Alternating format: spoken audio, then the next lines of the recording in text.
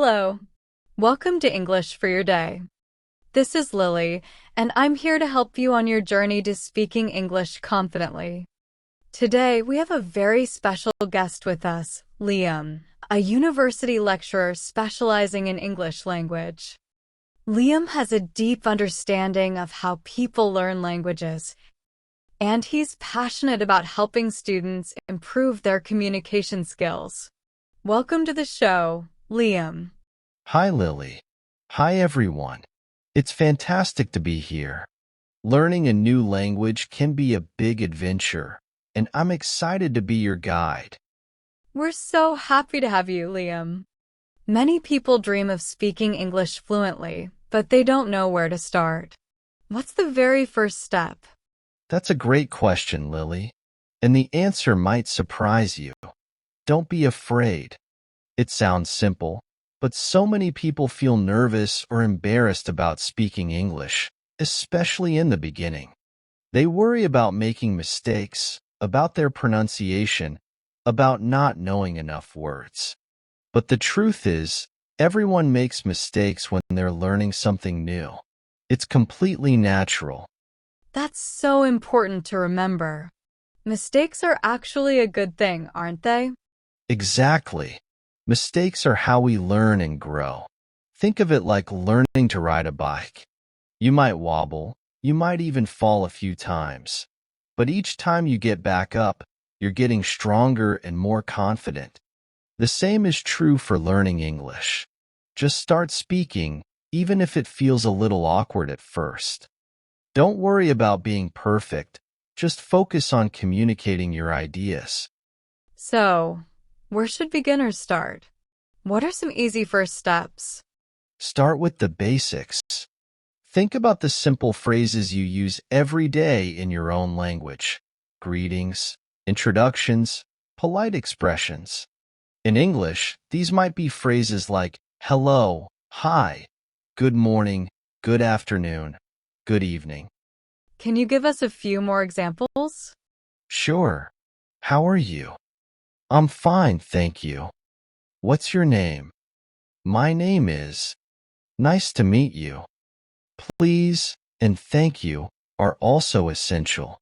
These are like the building blocks of any conversation, and they'll help you feel comfortable and confident in basic interactions. Those are really helpful phrases to start with. What comes next? The next step is to open your ears to the sounds of English. This means listening to as much English as you can. Listen to music, watch movies or TV shows, listen to podcasts, even audiobooks. Why is listening so important? Listening helps you get used to the rhythm and flow of English. It helps you learn how words are pronounced and how sentences are structured. It's like training your ears to understand the music of the language. That's a great way to put it. Any tips for effective listening? Try to listen to a variety of different voices and accents. This will help you understand different ways of speaking English. And don't worry if you don't understand every single word at first. Just focus on getting the general meaning. You can also try listening with subtitles or transcripts, especially when you're starting out. Great advice. Now, let's talk about speaking. How can beginners start practicing their speaking skills? One of the best ways to improve your speaking is to copy what you hear. When you're listening to English, try repeating words and phrases out loud. This will help you get comfortable with the sounds and rhythms of the language. That sounds like a fun way to practice. It is. You can also try recording yourself speaking. This might feel a bit strange at first, but it's a great way to hear how you sound and identify areas where you can improve your pronunciation. What if I don't know many words to use when I speak? That's perfectly normal. Start by focusing on the words you already know. Learn words that are relevant to your daily life. Words about your family, your hobbies, your job, your favorite foods. As you learn more words, you'll be able to express yourself more easily. How can I learn new words effectively? There are many different ways to learn vocabulary. Flashcards are a classic method. Write the word on one side and the meaning on the other. You can also use vocabulary building apps, which often use games and quizzes to make learning fun and engaging. Those are great ideas. What about reading? How does reading help with speaking?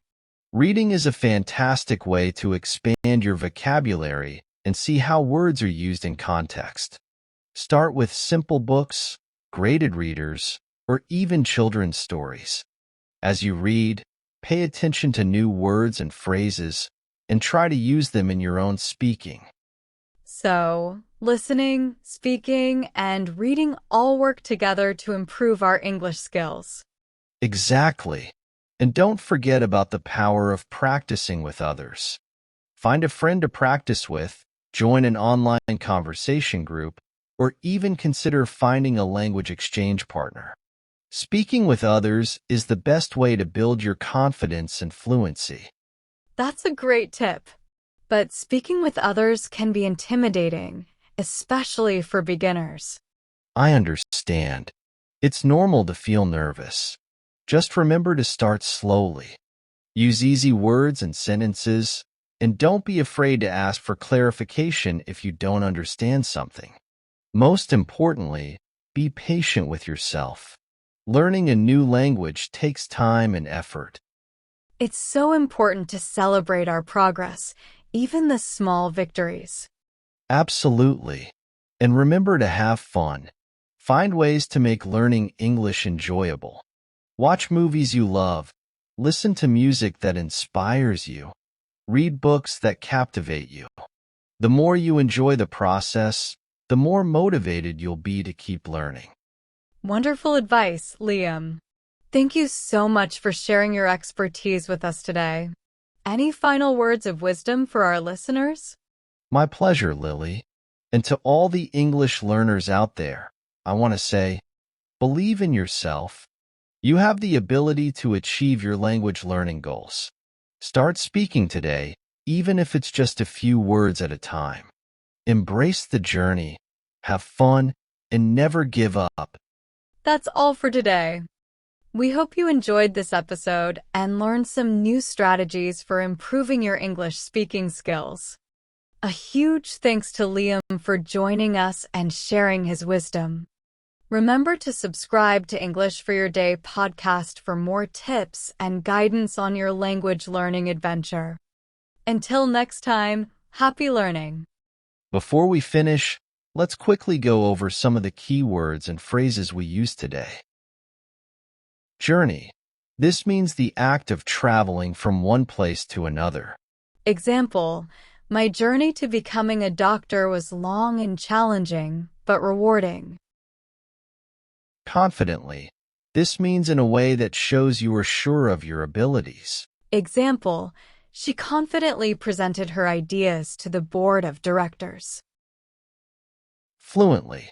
This means to speak or write a language easily and smoothly. Example, he speaks Spanish fluently after living in Spain for 10 years. Nervous. This means feeling worried, frightened, or anxious. Example, I get nervous before giving presentations in front of large audiences. Mistakes. This means something that is not correct, an error. Example, everyone makes mistakes. It's important to learn from them. Wobble. This means to move unsteadily from side to side. Example, the table wobbled because one of its legs was shorter than the others. Confident. This means feeling or showing certainty about something. Example, he felt confident that he would pass the exam. Awkward. This means causing difficulty, hard to do or deal with. Example, there was an awkward silence after he made the inappropriate joke. Greetings. This means a polite word or sign of welcome or recognition. Example, he exchanged greetings with his neighbors as he walked down the street. Essential.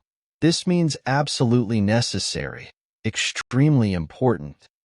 Example, water is essential for survival. Interactions. This means an occasion when two or more people or things communicate. Example, social interactions are important for children's development. Rhythm.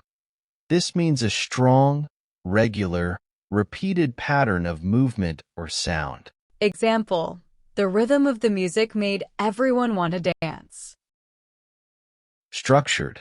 This means organized or arranged according to a plan. Example, the meeting followed a structured agenda. Accents.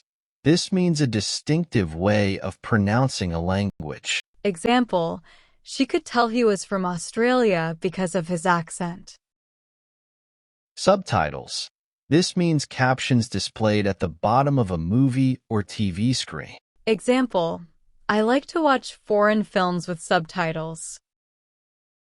Transcripts. This means a written or printed version of material originally presented in another medium. Example, the court reporter created a transcript of the witness's testimony. Phrases. This means a small group of words standing together as a conceptual unit. Example, once upon a time is a common phrase in fairy tales. Pronunciation. This means the way in which a word is pronounced. Example, the pronunciation of some English words can be difficult for learners. Record. This means to store sounds or moving images using electronic equipment. Example, he used his phone to record the concert. Identify. This means to establish or indicate who or what someone or something is. Example, the police officer asked her to identify the suspect from a lineup. Relevant. This means closely connected or appropriate to what is being done or considered. Example, his experience in marketing is relevant to the job he applied for. Flashcards. This means a card bearing information, as words or numbers, on either or both sides, used in teaching or learning. Example, she used flashcards to memorize the vocabulary for her French test. Engaging. This means charming and attractive. Example, the teacher made the lesson engaging by using interactive games. Expand. This means to become or make larger or more extensive. Example, the company plans to expand its operations overseas. Context. This means the circumstances that form the setting for an event, statement, or idea. Example, the meaning of the word can change depending on the context. Fluency. This means the ability to express oneself easily and articulately. Example, her fluency in English impressed everyone at the meeting. Intimidating. This means having a frightening or threatening effect. Example, the large, muscular man had an intimidating presence. Clarification. This means the action of making a statement or situation less confused and more comprehensible. Example, I asked the teacher for clarification on the homework assignment. Motivated. This means having a reason or reasons for acting or behaving in a particular way. Example, she was motivated to study hard because she wanted to get a good job.